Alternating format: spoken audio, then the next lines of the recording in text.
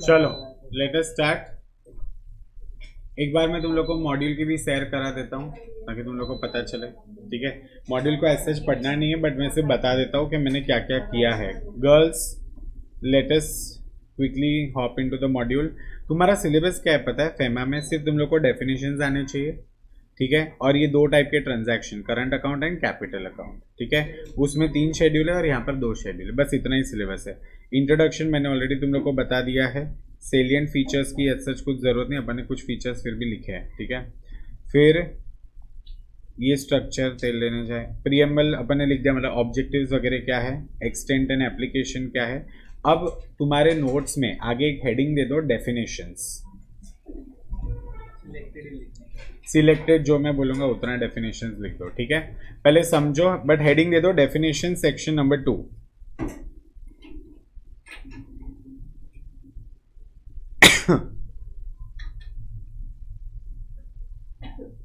पहले समझ लो फिर मैं तुम लोग को टाइम देता हूं लिखने के लिए, ठीक है। अब कितने इंपॉर्टेंट डेफिनेशन है। सबसे पहला इंपॉर्टेंट डेफिनेशन है ऑथोराइज्ड पर्सन, ठीक है। हम लोगों ने देखा, हम लोगों ने पढ़ा सेक्शन नंबर 3 में कि फॉरेन एक्सचेंज का डीलिंग सिर्फ और सिर्फ ऑथोराइज्ड पर्सन से ही हो सकता है। तो भैया ऑथोराइज्ड पर्सन मतलब कौन? सो देखो यहाँ पर बोला है means, authorised person means an authorised dealer. तो कहना है ये एग्जॉस्टिव डेफिनेशन हो गया, बराबर ना। मैंने बताया था 2 टाइप के डेफिनेशन होते हैं, एक इंक्लूसिव और एक एग्जॉस्टिव। मतलब कौन कौन एग्जॉस्टिव डेफिनेशन में आ रहा है ऑथराइज्ड पर्सन के? सबसे पहले ऑथराइज्ड डीलर, दूसरा मनी चेंजर, दूसरा कौन है? Money changer. तीसरा offshore banking unit. Offshore banking unit मतलब जैसे एक्सिस बैंक है, फिर HDFC बैंक है, उनका यहाँ पर कोई भी एक ब्रांच हो, वो भी क्या हो जाता है? Offshore banking unit. जैसे हमारी SBI की ब्रांचेस फॉरेन में भी है, ठीक है, तो ऑफशोर बैंकिंग यूनिट हो गया। मनी चेंजर तो कोई भी हो सकता है ना, ठीक है। मनी चेंजर कैन बी इधर बैंक और एनी अदर पर्सन। जैसे ताज में वो लोग के पास फॉरेन करेंसी होते हैं, they are known as money changer. वो लोग क्या करते हैं, फॉरेनर्स जो आते हैं उनके पास से डॉलर लेते हैं और उनको गांधी बापू देते हैं। और any other person for the time being authorised under section 10(1) to deal in foreign exchange और फॉरेन सिक्योरिटी। समझ में आ गया? मतलब और भी अगर कोई है जिसको 10(1) के हिसाब से, वो सेक्शन तुमको नहीं है सिलेबस में, 10(1) के हिसाब से अगर किसी को अथॉरिटी दे दी है कि भाई तू आज से ऑथराइज पर्सन, मतलब तू ऑथराइज पर्सन बन गया। समझ में आया? कैपिटल अकाउंट ट्रांजैक्शन अपन ऑलरेडी आगे कवर करने वाले हैं, तो यहाँ पर डेफिनेशन की जरूरत नहीं है। फिर currency, next important definition is currency, ठीक है, दूंगा टाइम।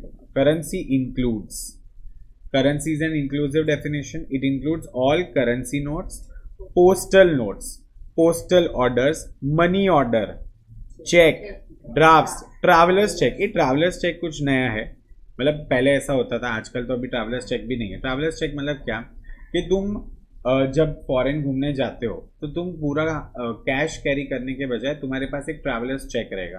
वो ट्रैवलर्स चेक तुम वहाँ की बैंक में डिपॉजिट करवाते हो और वहाँ से फॉरेन करेंसी ले लेते हो। In fact travellers cheque direct payment के लिए भी यूज होता है। Is this clear? फिर letter of credit, bills of exchange and promissory note, credit cards or such other similar instruments as may be notified by the Reserve Bank. Is this clear? फिर currency as such इतना भी important नहीं है but फिर भी समझने के लिए। करंट अकाउंट ट्रांजैक्शन और कैपिटल अकाउंट ट्रांजैक्शन हम करने वाले हैं, ठीक है। फिर फॉरेन करेंसी, फॉरेन करेंसी का मतलब क्या होता है? Means again this is an exhaustive definition, any currency other than Indian currency. Because हम इंडिया का कानून पढ़ रहे हैं तो इंडियन करेंसी को छोड़ के बाकी सारी की सारी क्या हो जाएगी? Foreign currency. फिर एक और है फॉरेन एक्सचेंज। ये फॉरेन एक्सचेंज मतलब क्या? Means foreign currency. पहली बात तो फॉरेन एक्सचेंज का मतलब क्या होता है? Foreign currency. एंड इंक्लूड्स मतलब this is an exhaustive and inclusive definition. मतलब पहली बात क्या बोला? फॉरेन एक्सचेंज मतलब फॉरेन करेंसी, बट उसमें और क्या क्या चीजें आती है? सबसे पहले deposit, credit and balance payable in any foreign currency, बराबर। जैसे फॉर एग्जांपल मैं स्विस बैंक में क्या करता हूँ, पैसा डिपॉजिट करवाता हूँ, तो वो भी क्या आ जाएगा? Foreign exchange. वो भी क्या हो जाएगा? फॉरेन। दूसरा क्या बोला है? Draft, travellers cheque, letter of credit, bills of exchange express और ड्रॉन इन इंडियन करेंसी। मतलब बिल्स ऑफ एक्सचेंज बनाया था इंडियन करेंसी में बट पेएबल किस में है? Foreign currency. अब ये सेम पॉइंट यहाँ पर रिपीट हो रहा है जिसमें लिखा क्या है? It is drawn in foreign currency but payable in Indian currency. देखो इसका समरी क्या है, ये जो है ना ड्राफ्ट, ट्रैवलर्स चेक वगैरह, they are drawn in Indian currency but payable in foreign currency. और यहाँ पर देखो क्या लिखा है, draft, travellers cheque, letter of credit, bills of exchange drawn by banks, institution और पर्सन आउटसाइड इंडिया। मतलब क्या वो फॉरेन करेंसी में ड्रॉन हुआ है बट पेएबल किस में है, Indian currency. Is this clear?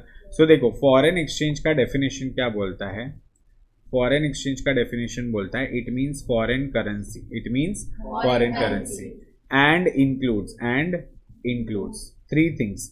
सबसे पहले अपन ने क्या देखा यहाँ पर, पॉइंट नंबर 1 क्या देखा, deposit, credits and balance payable in any foreign currency. मतलब कहना इससे मेरा जो डिपॉजिट है, क्रेडिट है या बैलेंस है वो किस में है, फॉरेन करेंसी। दूसरा, मेरा draft, travellers cheque, letter of credit, bills of exchange, ये दो पॉसिबिलिटी है, या तो drawn in Indian currency but payable in foreign currency, या तो drawn in foreign currency but payable in Indian currency. अरे जब भी तुम फॉरेन एक्सचेंज बोलते तो कुछ एक चीज तो फॉरेन में होनी चाहिए ना, मतलब एक चीज तो फॉरेन करेंसी में होनी चाहिए, अदरवाइज वो फॉरेन एक्सचेंज नहीं माना जाएगा। Is this clear? अंडरस्टूड? पक्का? Very good. फिर एक और इंपॉर्टेंट डेफिनेशन है foreign security. What do mean by foreign security? Foreign में मैंने फॉरेन की कंपनी के शेयर्स खरीदे, कोई बॉन्ड खरीदा, जैसे जब मैंने एप्पल के शेयर्स खरीदे तो क्या एप्पल का पेमेंट करते हुए मैं गांधी बापू दूंगा?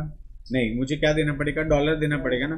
तो foreign security means any security, चाहे वो शेयर्स हो, स्टॉक हो, बॉन्ड हो, डिबेंचर हो या कोई भी इंस्ट्रूमेंट हो, बट वो क्या होना चाहिए, वेरी इंपॉर्टेंट, डिनोमिनेटेड या एक्सप्रेस्ड इन फॉरेन करेंसी होना चाहिए। बराबर?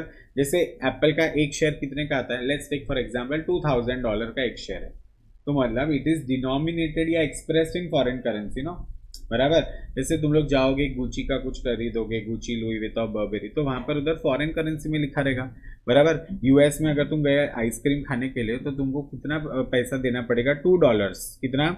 $2। मतलब अपने इधर 160 रुपए का एक स्कूप हो गया। Are you understanding?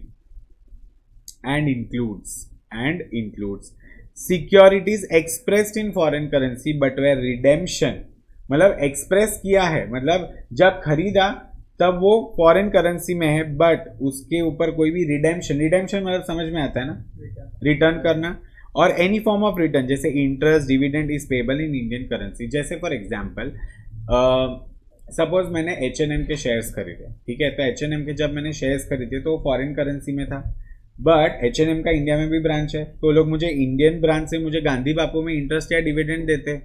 तो कहना इससे शेयर खरीदने के बाद उससे जो भी बेनिफिट हो रहा है, रिडेम्पशन हो रहा है या कोई भी टाइप का रिटर्न हो रहा है, वो अगर मुझे इंडियन करेंसी में हो रहा है तो क्या उसको हम इंडियन सिक्योरिटी मानेंगे? नहीं, वो स्टिल क्या रहेगा, फॉरेन सिक्योरिटी ही रहेगा। इसका सिंपल मतलब क्या है, देखो एंड इंक्लूड्स के बाद सिंपल मतलब क्या है कि सिक्योरिटी जो फॉरेन करेंसी में है बट उससे आने वाला रिटर्न भले ही इंडियन करेंसी में क्यों ना हो, फिर भी उसे फॉरेन सिक्योरिटी ही माना जाएगा। तो फॉरेन सिक्योरिटी में दो बात बताइए। पहली बात, कौन सी चीज फॉरेन सिक्योरिटी होती है, जो फॉरेन करेंसी में एक्सप्रेस्ड है या डिनोमिनेटेड है, ठीक है। दूसरा उसमें क्या इंक्लूड किया है, ऐसी फॉरेन की सिक्योरिटी जो एक्सप्रेस तो है डॉलर्स में या फॉरेन करेंसी में बट उससे आने वाला फायदा, इंटरेस्ट, डिविडेंड इंडियन करेंसी में, तो उसे भी क्या माना जाएगा, समझ में आया क्या? ठीक है। फिर एक और चिंदी डेफिनेशन, पर्सन मतलब क्या होता है, individual, HUF, company, firm, AOP, BOI, फिर AJP और एजेंसी, ठीक है। ये इतना इंपॉर्टेंट नहीं है। दो डेफिनेशन तुम लोग ने ऑलरेडी लिख दी है। PRI का मतलब क्या होता है, इतना बड़ा डेफिनेशन था, मैंने उसको शॉर्ट कर दिया। एंड PROI बड़ा ही चिंदी था, means a person who is not resident in India, ठीक है। बस तुम लोग को कौन से डेफिनेशन लिखने हैं वो मैं बताता हूँ। सबसे पहले तुम लोग लिखोगे authorise person, start writing authorise person definition, section number 2।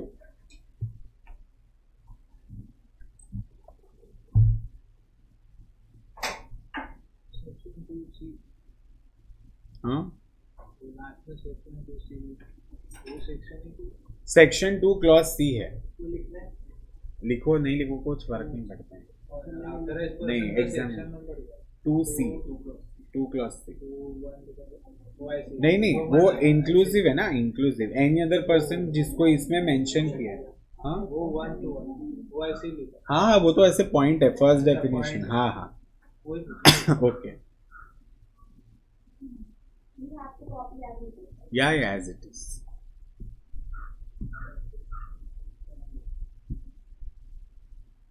Did you all understand the definitions that I taught? Yes, sir. You need not remember these definitions. इसके ऊपर कोई क्वेश्चन नहीं आएगा. अब authorise person who is an authorise person ऐसा question नहीं आता है. जो दो डेफिनेशंस पहले मैंने बता दिए पीआरआई वाले, उस पर भी डायरेक्ट डेफिनेशन नहीं बोलना है. मैं तुम लोग को अभी क्वेश्चंस कराऊंगा, कैसे क्वेश्चन आते हैं ना, वो मैं कराऊंगा. यस, ठीक है. कैपिटल अकाउंट मत लिखना, वो आएगा आगे.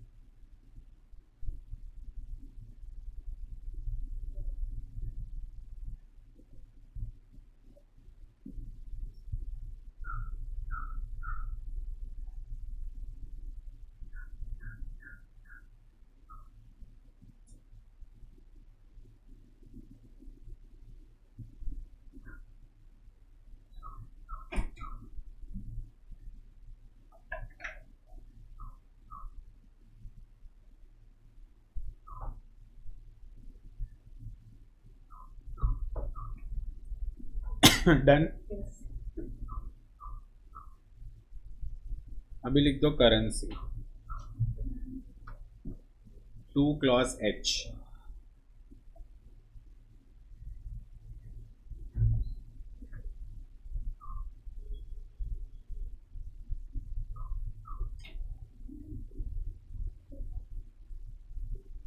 सिर्फ करेंसी है.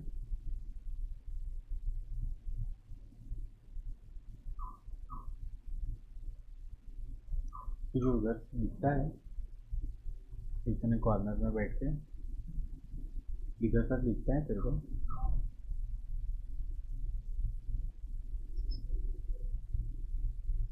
सर्दी होता है एसी के नीचे बैठने.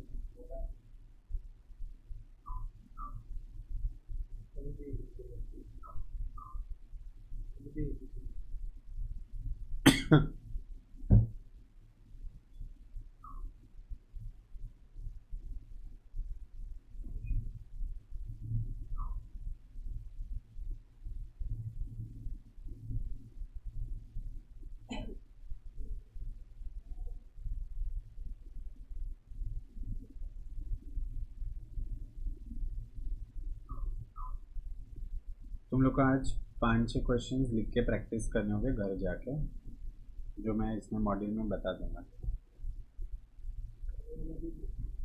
क्या? हाँ तो लिखो. और क्या काम है? Don't give that excuse. Accounts में जैसे तुम एक एक सम शिद्दत से बैठ के सॉल्व करने वाले हो. मुझे पता है सब ऑडिटिंग करते हैं अकाउंट समझ में, टिकड़े मारते हैं, कैलसी पे धड़ाधड़ कैलकुलेट कर लेते हैं. हाँ, रिव्यू करते हो तुम. चुपचाप लॉ के क्वेश्चंस लिखो. वेडनेसडे को मैं चेक करूंगा. आज और कल दोनों दिन दिया ना, मैं बुधवार को आऊंगा ना.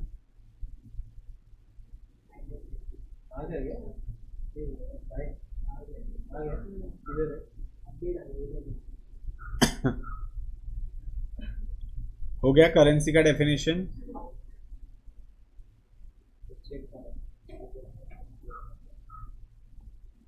आगे बढ़े.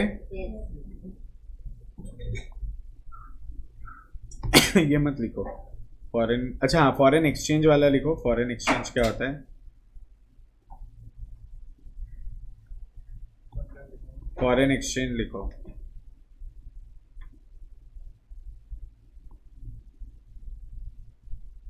means foreign currency and includes.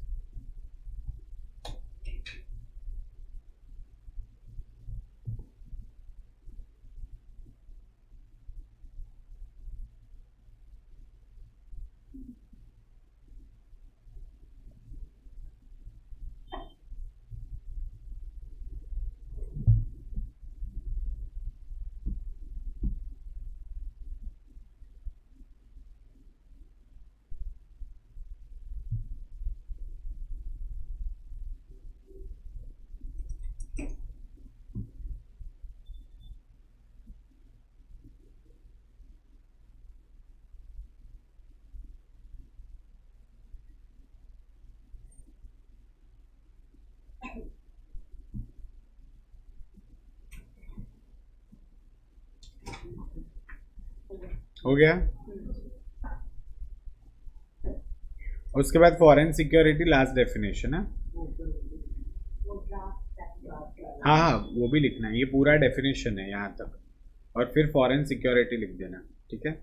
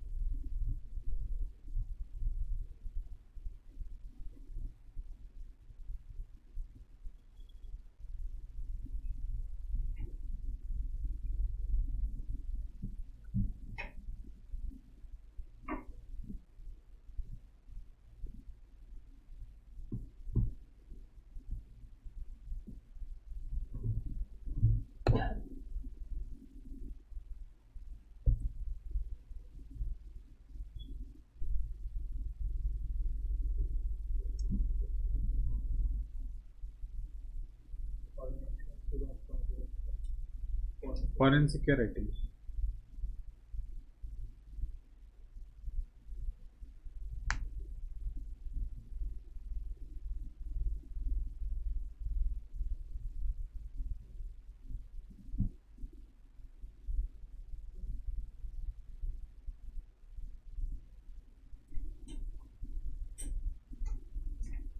हो गया फॉरेन सिक्योरिटी।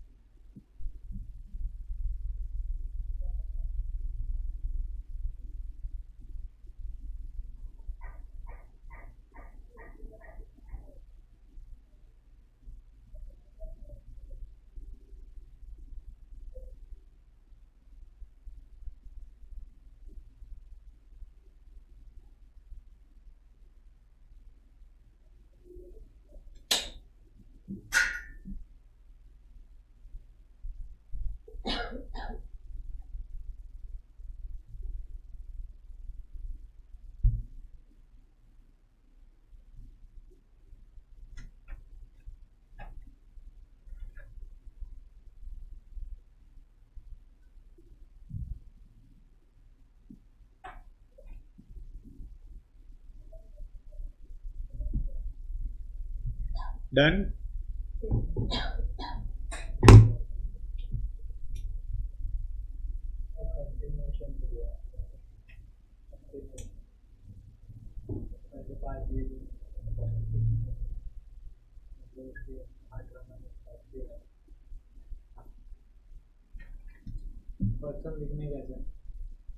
हाँ नहीं नहीं, इधर तक हो गया ना।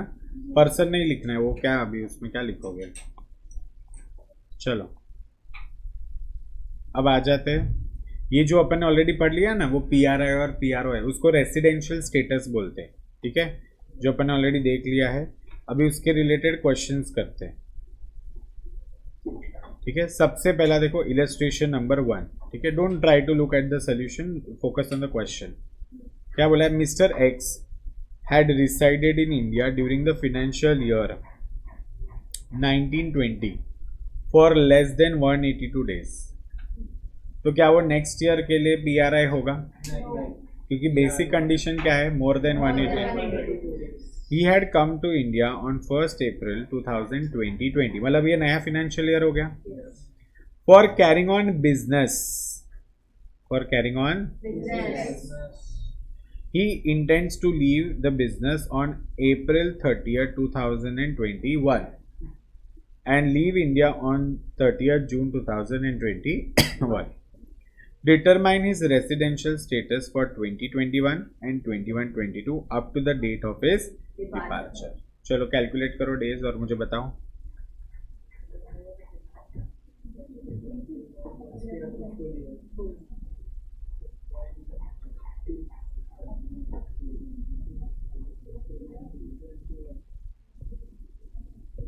इस साल में क्या वो PRI है?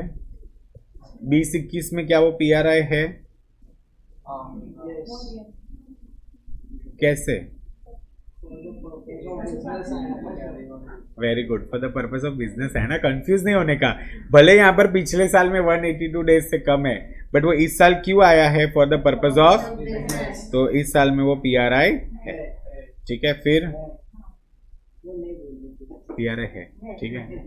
फिर 21-22 में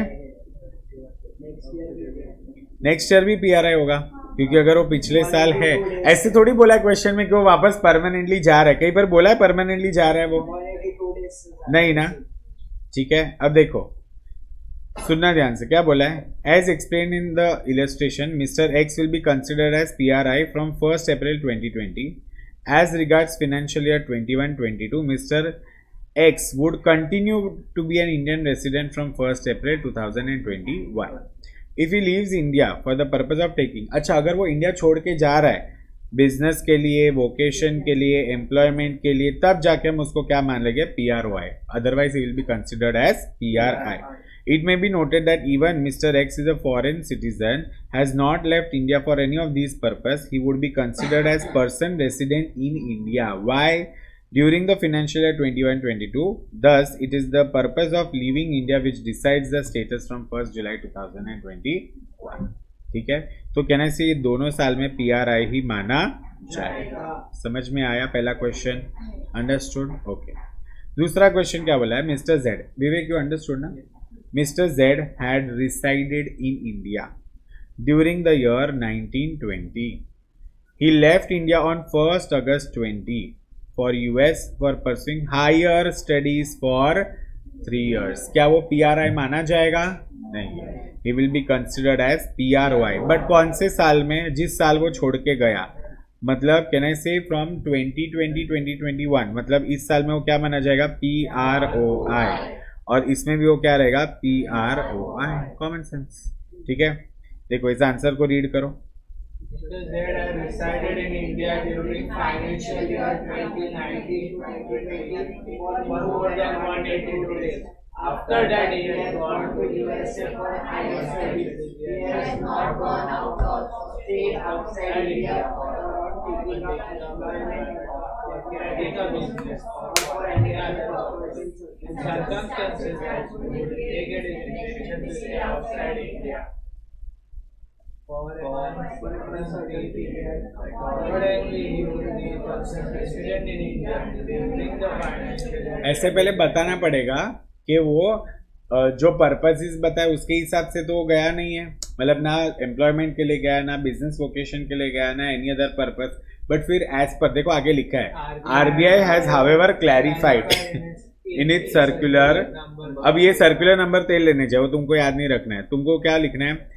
RBI has however clarified in its circular that students will be considered as non-resident.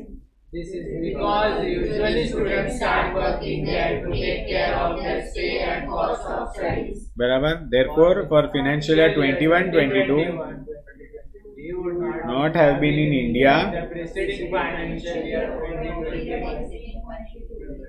इन. अच्छा, ऐसे लिखना पड़ेगा, ये ऐसे लिखना पड़ेगा इसलिए क्योंकि देखो इंस्टीट्यूट में अगर तुम लोग ने सीधा सीधा लिख दिया कि as per the RBI circular तो हाफ मार्क्स देंगे. पहले तो जो कंडीशंस क्या बोली है पीआरआई की और पीआरओआई की, वो कंडीशंस तो लिखनी पड़ेगी. वो किस चीज के लिए जा रहा है? पढ़ाई के लिए. क्या पढ़ाई वाला प्रोविजन सेक्शन में लिखा है? नहीं लिखा. वो आरबीआई के सर्कुलर में लिखा है. अपने नोट्स में भी अपन ने आरबीआई के सर्कुलर में लिखा है. तो पहले अपन को सेक्शन को लिखना पड़ेगा, फिर अपन लिखेंगे सेक्शन के हिसाब से वो पीआरआई माना जाएगा. ठीक है. बट आरबीआई का सर्कुलर बताता है इसलिए वो पीआरओआई है. Is this clear? Understood guys? This is a very important question. Illustration 2. चलो इलस्ट्रेशन 3 देखो. इलस्ट्रेशन 3 खुद से मन में रीड करो.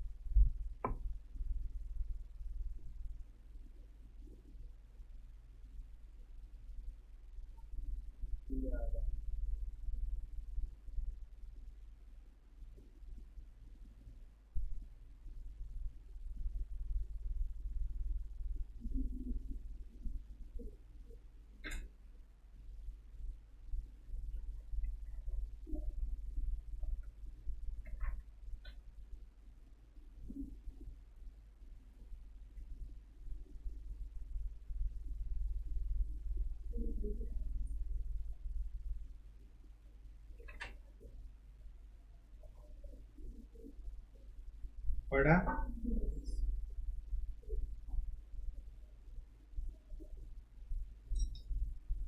क्या है इस क्वेश्चन में? इसका स्टेटस क्या है? PR. Person resident in India. पक्का?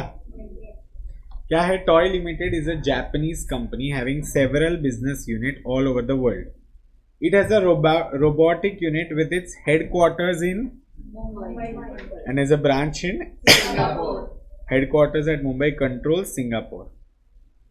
What would be the residential status of robotic unit in Mumbai? अरे मुंबई में तो उसका तो पीआरआई होगा.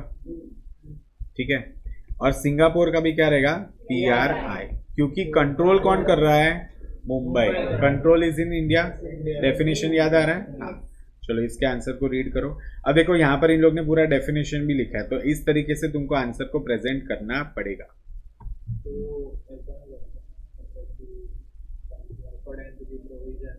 हाँ वो तो लिख सकते हैं, उसका प्रॉब्लम नहीं है, वो चलता है. बट स्टिल वो कैसा, फिर तुम लोग यहाँ पर से कुछ चीज मिस नहीं होना चाहिए. Are you understanding? If you are writing 3 paragraphs वाला जो आंसर है ना, बराबर, जैसे पहले प्रोविजन फिर फैक्ट्स और कंक्लूजन वो लिख सकते हो, बट फिर भी ये सारे पॉइंट्स कवर होने चाहिए. That is the only condition. ठीक है. इसको एक बार रीड करो. Toy Limited being a Japanese company. मन में रीड करो ना, मन में शांति से.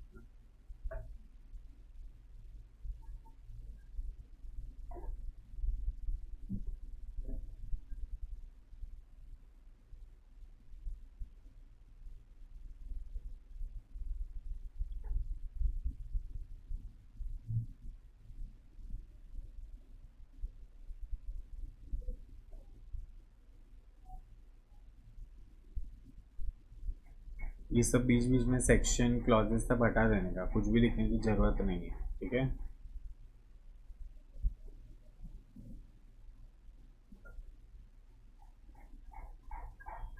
और पीआरआई का पूरा डेफिनेशन नहीं लिखोगे, लास्ट के 2 पार्ट्स लिखोगे. याद है ना? हाँ. यस.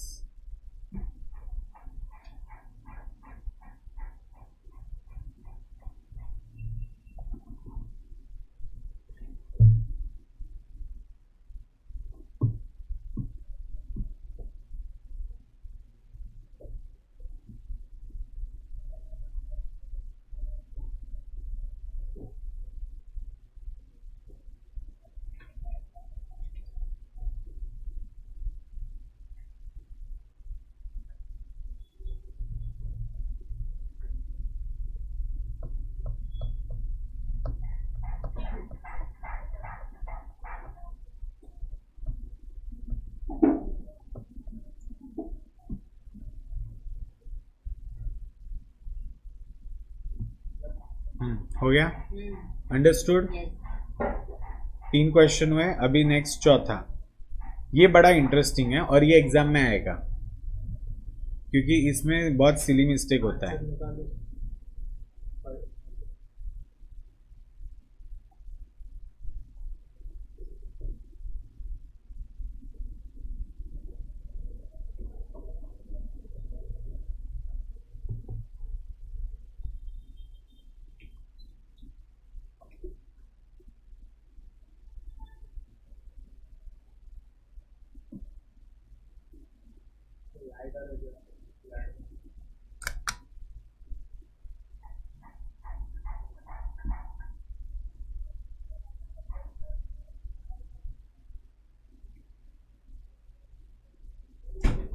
ये लाइट बंद कर दो।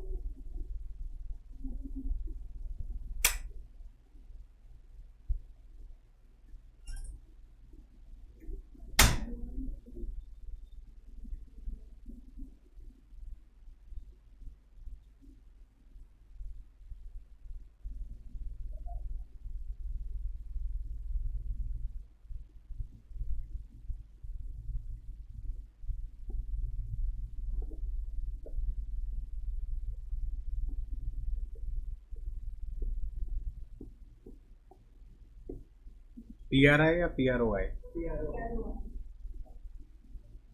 बाकी लोग काय वाटतंय म्हणजे?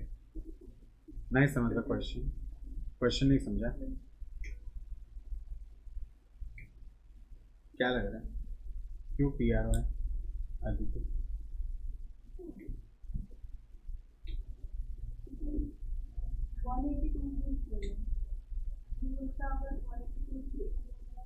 नहीं, मोर देन 182 डेज ही है क्वेश्चन में, तो तुक्सा ना। तुझे क्या कंफ्यूजन हुआ, मतलब वो मोर देन 182 डेज ना, तो इसलिए तू कंफ्यूज है कि PRI है या PROI है। बेन क्या?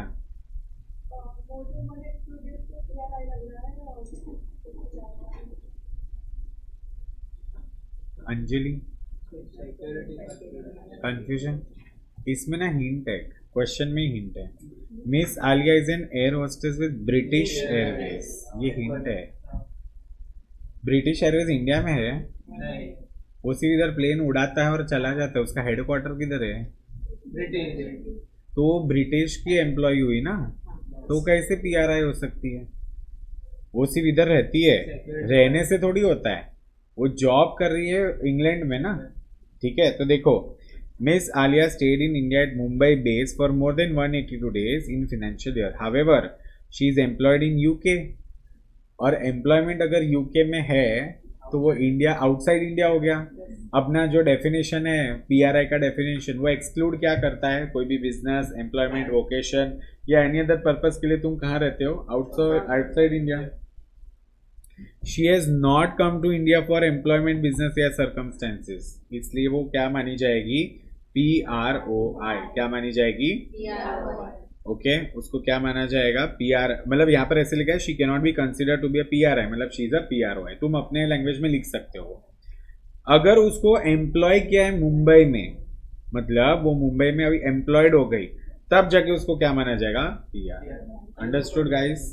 हाँ हाँ, दोनों लिखना पड़ेगा। क्या? हाँ यस, बट वो इधर जॉब नहीं कर रही थी, वो जॉब तो इंग्लैंड में ही कर रही थी, वो तो इधर ऐसे ही रह गई थी। समझ में आया?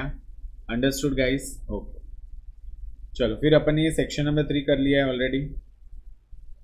सेक्शन नंबर 3 के रिलेटेड अच्छा, फिर देखो, होल्डिंग ऑफ फॉरेन करेंसी, एक एग्जाम्पल देखो। Example, if N Indian resident receives bank balance of $10,000 from his uncle in London, the Indian resident, can he hold so much of funds? No. He is supposed to bring back the funds as provided in section 8। मतलब देखो, $10,000 वो अपने पास नहीं रख सकता, maximum कितना allowed है? 2000। Very good, समझ में आया क्या गाइस? यहाँ तक क्लियर हो गया? फिर देखो, एक जो हवाला वाला जो है ना, हवाला वाला ट्रांजैक्शन, देखो, transaction covered by this subsection are also known as hawala transaction. ये कैसे होता है? An Indian resident gives 70,000 in cash to an Indian dealer for this transaction the brother in Dubai will get $1,000 from Dubai dealer. मतलब India का India में settle हो गया, Dubai का दुबई में सेटल हो गया, मतलब पैसा आया गया ही नहीं। इसी को क्या बोलते हैं? Hawala transaction.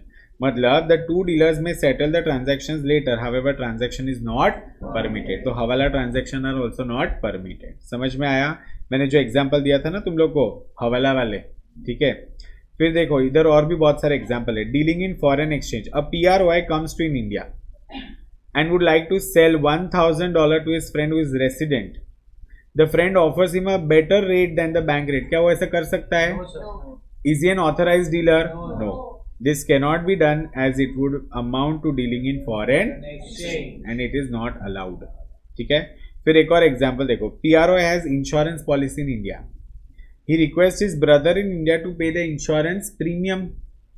This will amount to payment of credit of non-resident.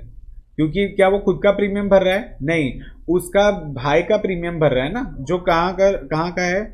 PROI, मतलब is not a resident in India, मतलब दिस इज नॉट परमिटेड। जैसे कि एग्जांपल लेते हैं, ठीक है। तुम्हारा कोई कजिन या कोई भी अब्रॉड है, अब उसका इंश्योरेंस पॉलिसी इंडिया में है, बट क्या वो इंडिया का PRI है? अब उसके बदले तुम प्रीमियम भर रहे हो, क्या वो अलाउ किया जाएगा? नहीं, वो अलाउ नहीं किया जाएगा। क्योंकि अगर वो आकर खुद पैसे भरता है, अब सोचो ना, अल्टीमेटली क्या हो रहा है? फॉरेन एक्सचेंज कम हो रहा है ना। तो लॉ में क्या करेंगे वो लोग? जब जब फॉरेन एक्सचेंज में रुकावट आएगी, वो सारे ट्रांजैक्शन को प्रोहिबिट कर देंगे। Common sense. अब मैं तो क्या इंडिया में ही रहकर मैं भर रहा हूँ, तो कैसे फॉरेन करेंसी आया? उसको क्या बोलेंगे? तू फॉरेन से भेज, हम इधर बैंक क्या करेगी? उसको INR में कन्वर्ट करके भर देगी insurance premium. Are you all getting this? Understood? फिर देखो, a foreign tourist comes to India and he takes food at a restaurant. He would like to pay $20 in cash to the restaurant. क्या restaurant dollar accept कर सकती है? नहीं कर सकती ना। कैसे करेगी? क्या वो ऑथराइज डीलर है? वो क्या बोलेगी? गांधी बापू दे मेरे को। समझ में आया? बट मैंने इसका एक्सेप्शन बताया था, गोवा में वो लोग करते हैं, बियर वेंडर्स जो होते हैं ना, वो लोग करते हैं, बट उनको फिर बैंक में जमा करवाना पड़ता है। समझा? Is this clear? Okay, yes, money changer का लाइसेंस देना पड़ेगा। अब देखो आगे जो है ना, करंट अकाउंट ट्रांजैक्शन है और कैपिटल अकाउंट ट्रांजैक्शन है। यहाँ से अपना शेड्यूल वगैरह सब स्टार्ट होगा, ठीक है। तो एक बार ना मैं मेरे जो एग्जिस्टिंग नोट्स है उसमें से मैं तुम लोग को समझाऊंगा, फिर अपन इसका समरी भी लिखेंगे। तो फिलहाल ये नहीं लिखना है, जितना मैं बोलूंगा उतना ही लिखना है, क्योंकि देखो यहाँ पर भी बहुत ज़्यादा है, तो इतना सारा कंटेंट तुम लोग को याद नहीं रहेगा, ठीक है। ये इतना बड़ा कंटेंट याद नहीं रहेगा, इसलिए मैंने इसका भी समरी का भी और समरी बना दिया है, जो तुमको रट्टा मार के जाना है। समझ में आया क्या? ओके, अब देखो ध्यान से।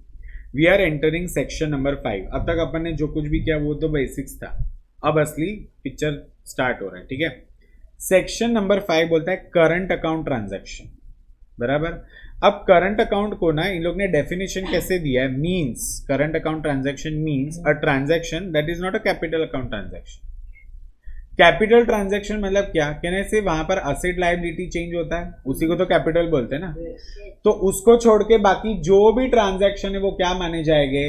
Current account transaction. Is this clear? अब देखो, current account transaction means a transaction that is not a capital account transaction, ठीक है। तो मतलब these are usually recurring in nature, मतलब बार बार लगातार होते रहते हैं। अब इसके लिए 3 शेड्यूल है, शेड्यूल 1, शेड्यूल 2 एंड शेड्यूल 3, ठीक है। शेड्यूल 1 में क्या बोला है? शेड्यूल 1 में वो सारे ट्रांजैक्शन है जिसके लिए for which withdrawal of forex is prohibited, मतलब इसके लिए तेरे को पैसा नहीं मिलेगा। तो शेड्यूल 1 कहने से प्रोहिबिटेड ट्रांजैक्शन की बात करता है, या मैं ऐसे बोल सकता हूँ schedule 1 prohibited current account transaction की बात करता है। समझ में आया? ओके। दूसरा शेड्यूल 2 बोलता है ट्रांजैक्शन परमिसिबल, मतलब अलाउ ट्रांजैक्शन, बट इसके लिए क्या करना पड़ेगा? सेंट्रल गवर्नमेंट का अप्रूवल लेना पड़ेगा, ठीक है। एंड शेड्यूल 3 में ट्रांजैक्शन परमिसिबल, बट उसके लिए किसका अप्रूवल लेना पड़ेगा? RBI।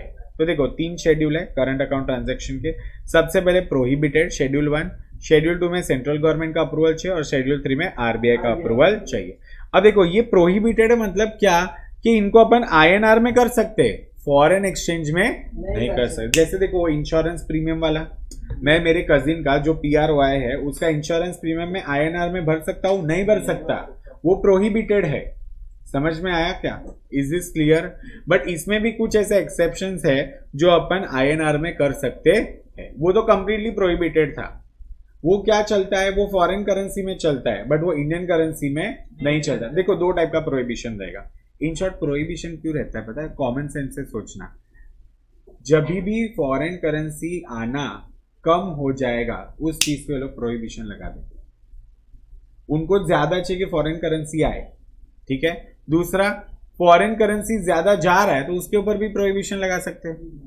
अंडरस्टैंडिंग? इन शॉर्ट जो बाल्टी है फॉरेन एक्सचेंज का वो भरा हुआ होना चाहिए। उसके लिए गवर्नमेंट को जो जो लगा उन लोग ने हर चीज पे प्रोहिबिशन डाल दिया। दूसरा, सेंट्रल गवर्नमेंट का अप्रूवल लो, तो सेंट्रल गवर्नमेंट अगर अप्रूवल देगा तो तुम ट्रांजैक्शन कर सकते हो। और लास्ट क्या बोला है? RBI का approval low. Is this clear? अब देखो शेड्यूल 1 फिलहाल सिर्फ समझो, मैं तुम लोग को नोट्स लिखवाऊंगा बाद में, ठीक है। देखो शेड्यूल 1 में क्या बोला है? Transactions for which drawer of foreign exchange is prohibited, मतलब कहना है यहाँ पर अलाउड ही नहीं होगा, स्ट्रिक्टली नॉट अलाउड। तो कौन से हैं? सबसे पहले इंडिया में तुम आए, तुमने लॉटरी में पैसा लगाया और तुमने बहुत सारा पैसा कमाया। अब क्या प्रॉफिट घर लेके जाओगे? मतलब ये तो कैसा हो गया कि जब तुम आए इंडिया में तुमने $100 लॉटरी में लगाया और जब तुम इंडिया से जा रहे हो तो $1,00,000 लेकर जा रहे हो, क्या चलेगा क्या? So remittance out of lottery winnings is prohibited. समझ में आया? दूसरा, remittance of income from racing, riding or any other hobby, मतलब क्या? रेसिंग राइड, जैसे जस्टिन आया था तो जस्टिन अपना हॉबी के लिए आया था, बराबर, बट उसके ऊपर इतना प्रोहिबिशन नहीं था। उसने क्या एकदम बोलते ना ह्यूज अमाउंट चार्ज नहीं किया था, बट शायद उसके ऊपर भी लग सकता था अगर वो ऐसा रेसिंग, राइडिंग, ऐसे जुआ, सट्टा वगैरह सब में पैसे लगाता तो कहने से उसके ऊपर भी प्रोहिबिशन लग सकता था। Understood guys? ठीक है। फिर remittance for purchase of lottery ticket, तुमको अगर लॉटरी टिकट खरीदना है, या बैंड या प्रिस्क्राइब्ड मैगजीन, कुछ मैगजीन्स जो बैंड होते हैं, या प्रिस्क्रिप्शन जिसके लिए चाहिए रहता है, या फुटबॉल या पूल्स या स्वीप स्टेक्स। स्वीप स्टेक्स मतलब क्या? किटी पार्टी याद रखने का। एग्जाम्पल में फुटबॉल पूल्स मतलब क्या? Funded to a particular team, जैसे क्रिकेट में बैटिंग होता है ना, वैसा फुटबॉल पूल्स भी होता है। अंडरस्टूड? तो क्या इन चीजों के लिए तुम लोग को मिलेगा क्या फॉरेन एक्सचेंज? नहीं मिलेगा, क्योंकि ये प्रोहिबिटेड ट्रांजैक्शन है। ये कौन से ट्रांजैक्शन है? अब तक 3 जुए सट्टे वाले ही अपन ने देखे, विनिंग, रेसिंग, लॉटरी। अंडरस्टूड? आगे, payment of commission on export, export पे कमीशन देना है, made towards equity investment in a joint venture wholly owned subsidiary abroad of Indian companies, मतलब कहने से this is kind of amount invested abroad, बराबर, उसका भी पैसा नहीं देंगे। ठीक है, ये रट्टा मारना पड़ेगा। कौन सी चीजों का पैसा नहीं देंगे वो तुम लोग को रट्टा मारना पड़ेगा। थोड़ा लॉजिकल भी याद रख सकते हो, बट पॉइंट नंबर 4 क्या है? Payment of commission on export. फिर क्या बोला है? Remittance of dividend. Remittance of dividend, suppose किसी ने इंडियन कंपनी में शेयर्स इन्वेस्ट किए हैं और वो डिविडेंड बाहर लेकर जा रहे हैं, बराबर। सो देखो, remittance of dividend by any company to which the requirement of dividend balancing is applicable, मतलब restriction to take money out of India. Understood? तुम लोग ने एक वर्ड सुना रहेगा ना, रिपाट्रिएशन। रिपाट्रिएशन सुना है? प्रॉफिट्स रिपाट्रिएटेड, मतलब जैसे फॉरेन के लोगों ने इधर इन्वेस्ट किया और प्रॉफिट वो लोग क्या करे, इधर नहीं यूज कर रहे, वो लोग कहां पर लेके जा रहे हैं? अपने घर लेके जा रहे हैं। तो रिपाट्रिएशन इज नॉट अलाउड, वैसा। फिर क्या बोला है? Payment of commission on export under rupee state credit route, except commission up to 10% of invoice value of export of tea and tobacco. अब ये जो रूपी स्टेट क्रेडिट रूट है ना, ये मैं तुम लोग को समझाऊंगा ये क्या होता है। ठीक है, ये कब हुआ था? जब रशिया ने, हम लोग ने रशिया से ना बहुत ज्यादा आर्म्स एंड इक्विपमेंट्स इंपोर्ट किए थे, ठीक है, और हम लोगों ने क्या किया था पता है? रशिया को रशियन करेंसी देने के बजाय, रूबेल देने के बजाय हम लोग ने उनको गांधी जी दे दिए थे। अब ऐसे टाइम पे क्या हुआ था कि रशिया ने फिर क्या किया, हमारी करेंसीज बाकी कंट्रीज में बेच दी। अब ये सब तो लफड़ा हो गया, क्योंकि जब बाकी कंट्रीज के पास हमारी करेंसी बहुत ज्यादा हो जाएगी तो अपनी करेंसी की डिवैल्यूएशन हो जाएगी। ठीक है, इससे तभी एक नया पॉलिसी आया था, रूपी स्टेट क्रेडिट रूट। मतलब हम लोग ने क्या किया, रशिया को बोला कि भाई तू हमारा करेंसी सारा वापस दे दे, क्योंकि अपना INR क्या हो रहा था, बोलते ना डी वैल्यू हो रहा था। ठीक है, फिर payment related to call back services of telephone, call back services का भी अगर तुम पेमेंट देते हो तो वो भी प्रोहिबिटेड है। फिर remittance of interest income, interest income को तुम रेमिट कर रहे हो funds held in non resident special rupees scheme, मतलब एनआरआई की जो स्कीम है उसमें अगर तुमने पैसा डाला है उससे जो तुमको इनकम मिल रही है, देखो this is temporary funds in account of foreigners who come for business in India for a short period. वो लोग क्या करते हैं, जानबूझ के एक दूसरा अकाउंट बनाते हैं शॉर्ट पीरियड के लिए और फिर सारा का सारा पैसा लेकर चले जाते हैं, तो वो तो गलत है, इसलिए इसके ऊपर भी अलाउड नहीं है। Understood guys? शेड्यूल 1 तुम लोग को समझ में आया पक्का? शेड्यूल 1 में टोटल कितने 8 ट्रांजैक्शन है, कितने ट्रांजैक्शन है 8, which are prohibited, which are Prohibited. सबसे पहले विनिंग्स, फिर racing, lottery, commission on export, फिर remittance of dividend, rupee state credit route and call back services and last क्या, remittance of interest income. Is this clear? Remittance of interest income समझ में आया? अब देखो इसके रिलेटेड 2 क्वेश्चन है, ठीक है, 2 क्वेश्चन अपन करते हैं तो तुम लोग को और क्लैरिटी आएगा।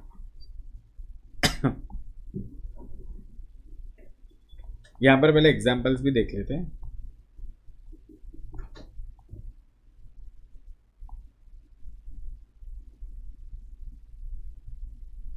Yes, look at this example.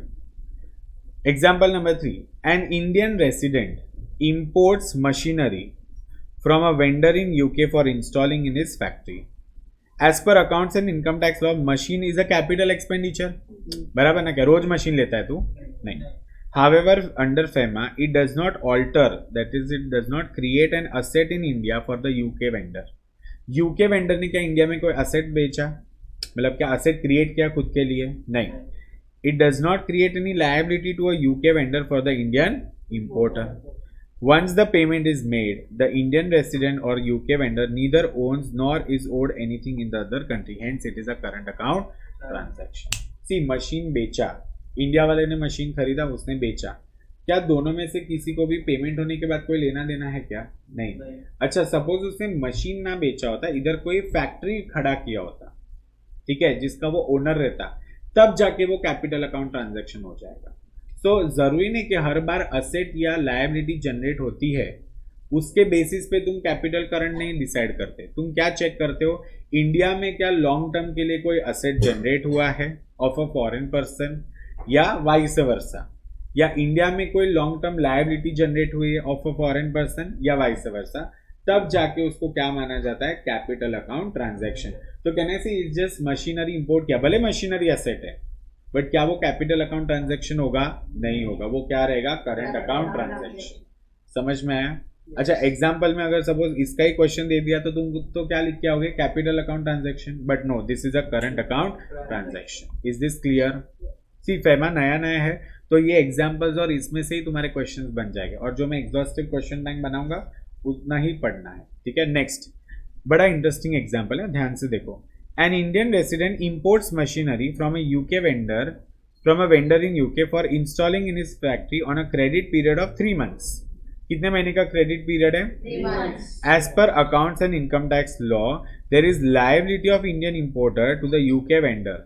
Technically under FEMA also it is a liability outside India. However, under the definition of current account transaction, short-term banking and credit facilities in the ordinary course of business, ये तो ordinary course of business हो गया ना. अब क्या एक ही बार जिंदगी में वो मशीन लेकर आएगा? नहीं, वो many times multiple times machine ला सकता है, इधर से भी बहुत सारे गुड्स जाते हैं, बराबर. Are considered as current account transaction, मतलब जो ऑर्डिनरी कोर्स ऑफ बिजनेस में होता है वो हमेशा क्या माना जाता है, करंट अकाउंट ट्रांजैक्शन. तो कंफ्यूज नहीं होने का, पिछले एग्जांपल में क्रेडिट पीरियड नहीं दिया था, यहाँ पर क्रेडिट पीरियड दिया, फिर भी वो क्या रहेगा, करंट अकाउंट ट्रांजैक्शन ही रहेगा. किसको नहीं समझा ये? सब लोग को समझ में आया पक्का? अंडरस्टूड?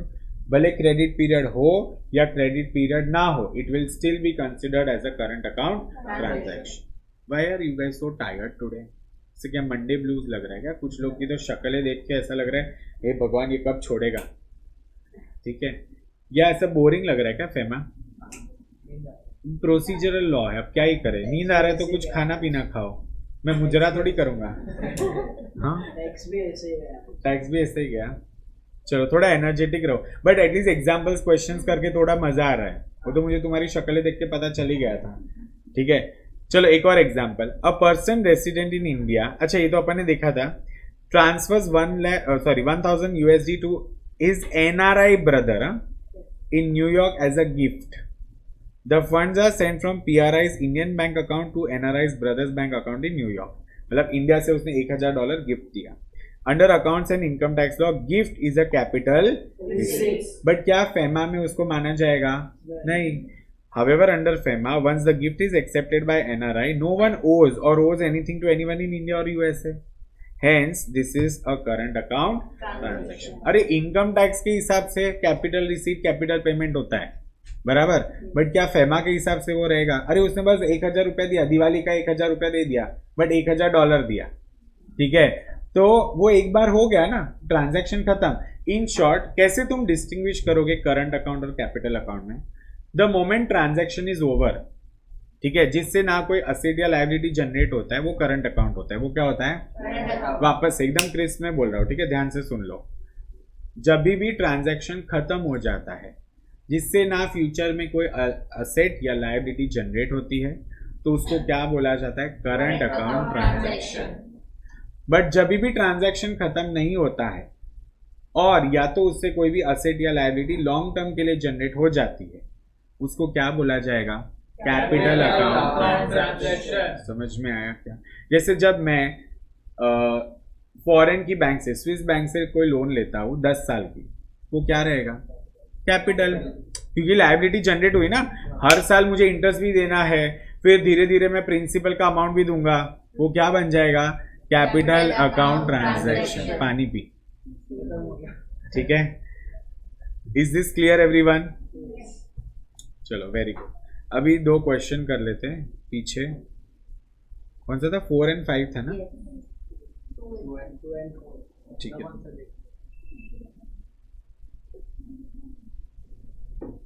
अच्छा, इधर केस सिनेरियोस भी दिया है।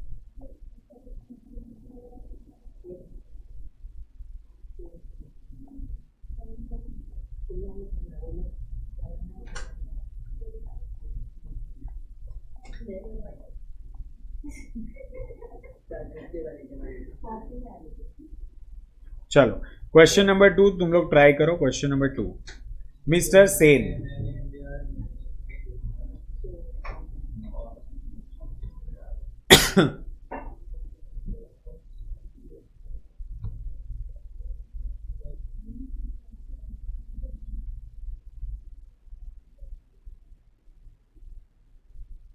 उसको 2 पर्पसेस के लिए पैसा चाहिए। एक है remittance of $50,000 out of winnings on a lottery ticket, and $1 lakh for sending a cultural troupe on a tour of US। क्या उसको मिलेगा? क्या पहले के लिए उसको मिलेगा? दूसरे के लिए?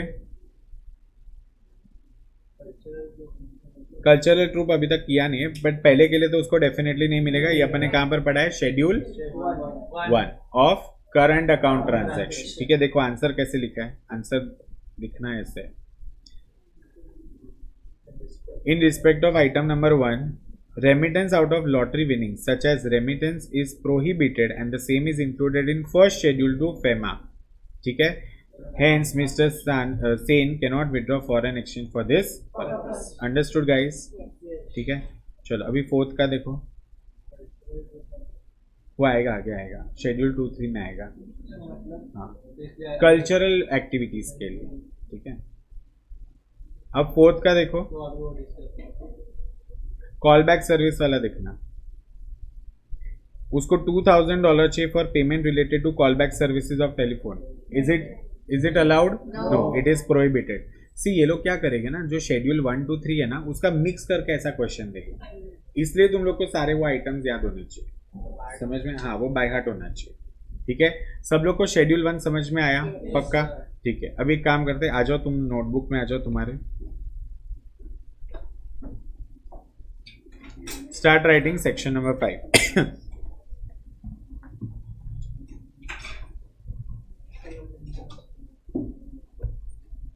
एक मिनट रुको, सेक्शन 5 लिख दिया? नहीं सर, नहीं। उसके पहले ना एक चीज लिखो, इसका एक मैं तुम लोग को देता हूँ। ठीक है, यहां पर लिखो, हेडिंग दो, types of transaction, give the heading.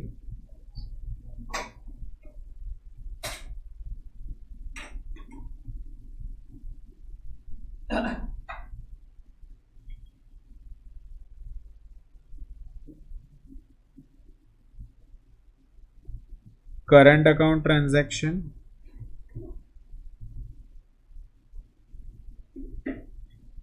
Capital account transaction.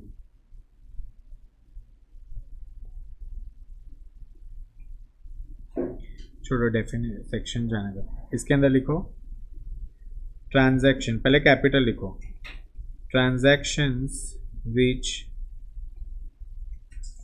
alters foreign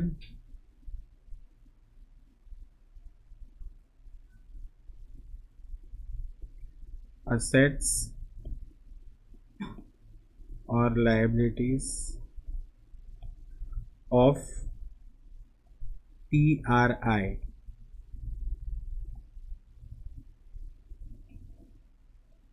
or Indian assets, liabilities of PROI।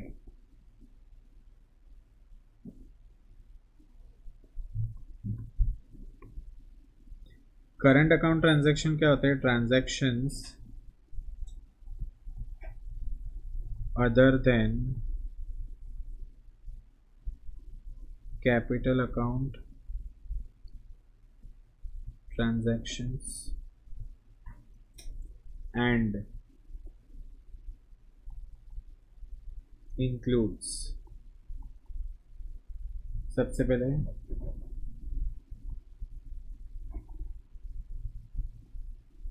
Payment for trade और short term credit.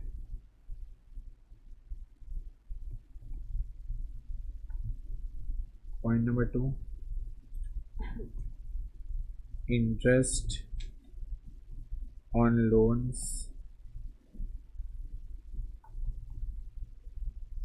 income from investment, living expenses। जो स्टूडेंट अब्रॉड जाके पढ़ते हैं, ठीक है, उनको mummy papa इधर से जो लिविंग एक्सपेंसेस भेजते हैं वो भी किस में आ जाएगा? Current account. एंड चौथा है ट्रैवल, एजुकेशन, मेडिकल, ये भी क्या हो जाएगा तेरा? Current account. Is this clear everyone? समझ में आया? ये चार्ट रह गया था मेरे नोट्स में और मैंने ऐड करवा दिया। ठीक है, डन। चलो ये हो गया ना, अभी लिखो ये वाला।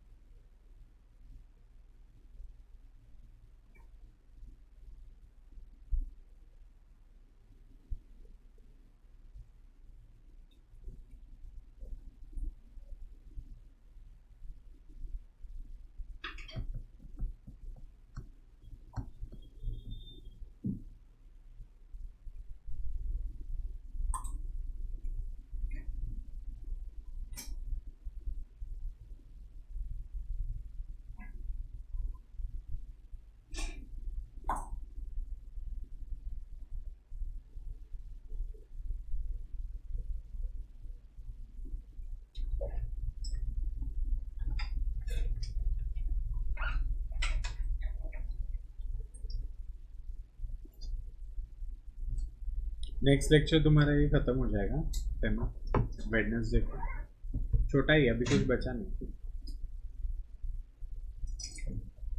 And that day I might start with GCA, General Clauses Act.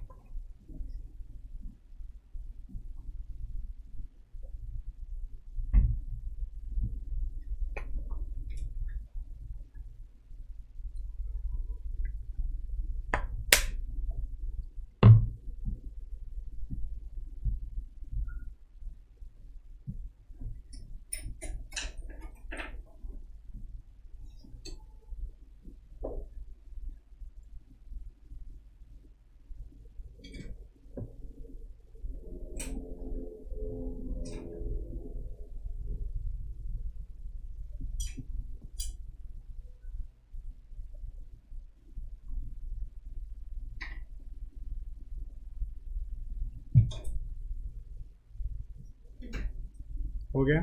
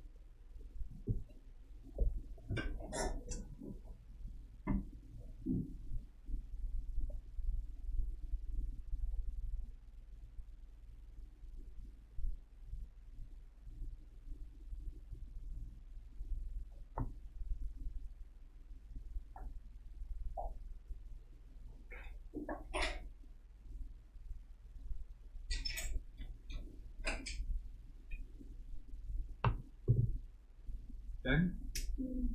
चलो.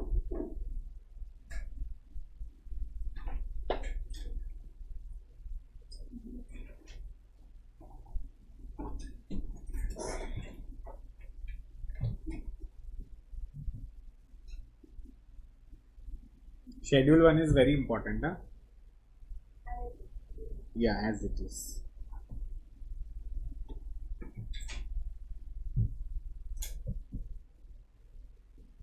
Schedule 1 थोड़ा छोड़ देना.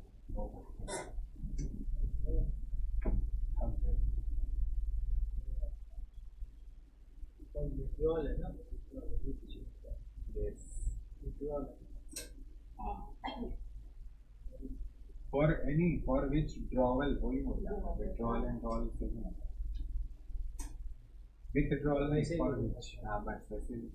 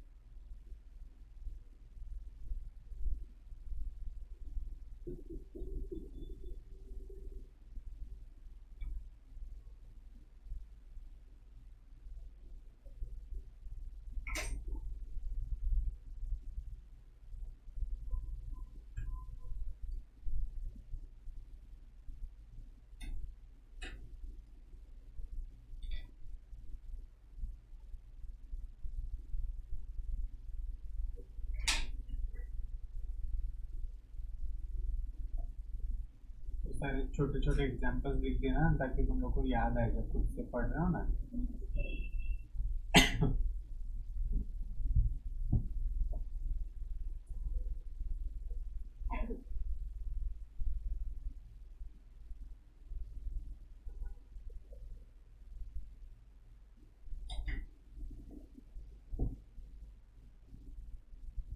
पॉइंट नंबर 3 तक हो गया ना। लॉटरी वाला भी हो गया।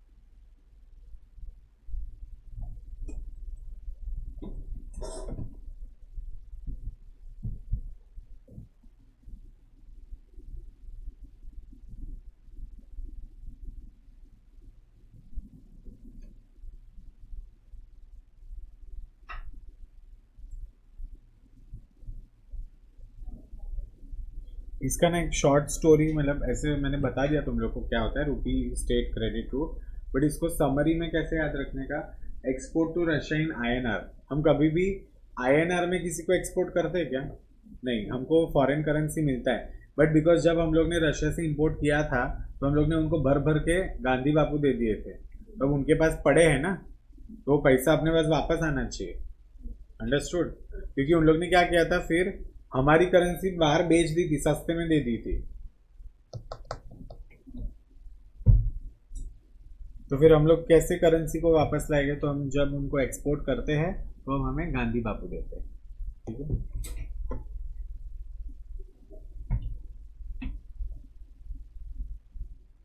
Is this clear everyone? Understood? ये 8 के 8 आइटम्स तुम लोग को याद रखने पड़ेगा। There is no other out way out. Okay,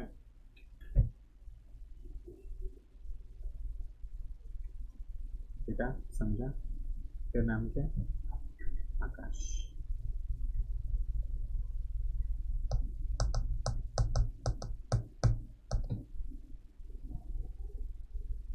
Vivek, did you understand?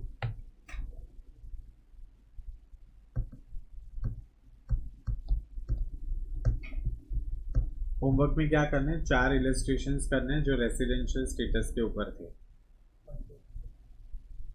1 2 3 4 जो अपन ने डिस्कस किए ना। ये पीडीएफ अपलोड कर दूं? हाँ, 1 मिनट रुक जाओ। ये हो गया लिख के?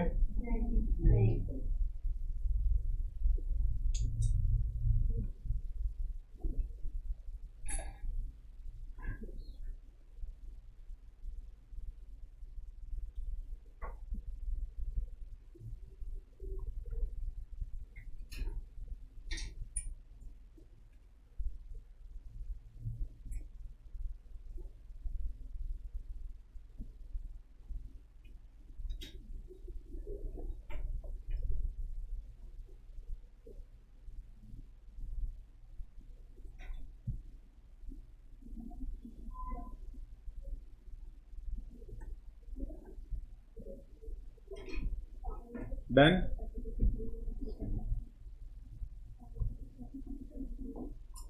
चलो ये देखो, ये रहा तुम्हारा फेमा का लेटेस्ट मॉड्यूल है, ठीक है। उसमें इलस्ट्रेशन नंबर 1, पेज नंबर कौन सा है तुम्हारा 3.13। इलस्ट्रेशन नंबर 1 करोगे, 2 करोगे, 3 एंड 4, ये 4 क्वेश्चंस तुम लोग को करने हैं, ठीक है गाइस। 1 2 3 4 इलस्ट्रेशन 1 2 3 4 बस। और 1 मिनट रुक जाओ,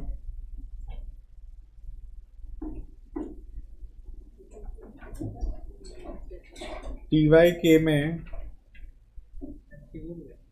रुक जाओ ना।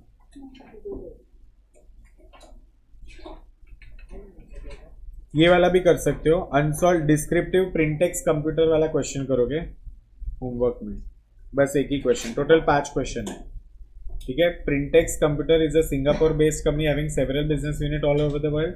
It has a unit of manufacturing computer printers with its headquarter in Pune. Headquarter किधर है? पुणे में। तो PRI या PROI? PRI। हेडक्वार्टर किधर है? PRI। And has a branch in Dubai which is controlled by headquarter in Pune. Similar question ही है, ठीक है। तो दोनों के दोनों क्या हो जाएंगे? PR। See this is the correct time to do the written practice of question and answer. क्या? हाँ, मुंबई सिंगापुर वाला जैसा ही पुणे और इसका है, ठीक है।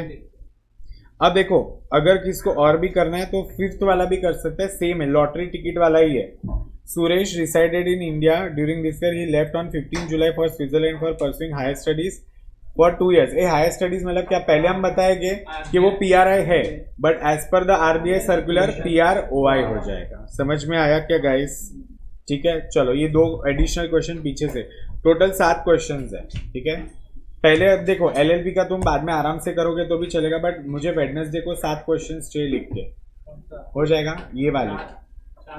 आज 6 क्वेश्चन, नॉट 7, 6 क्वेश्चन, ठीक है। 1 2 3 4 1 और 5, ठीक है। चलो, thank you so much guys, bye bye, take care.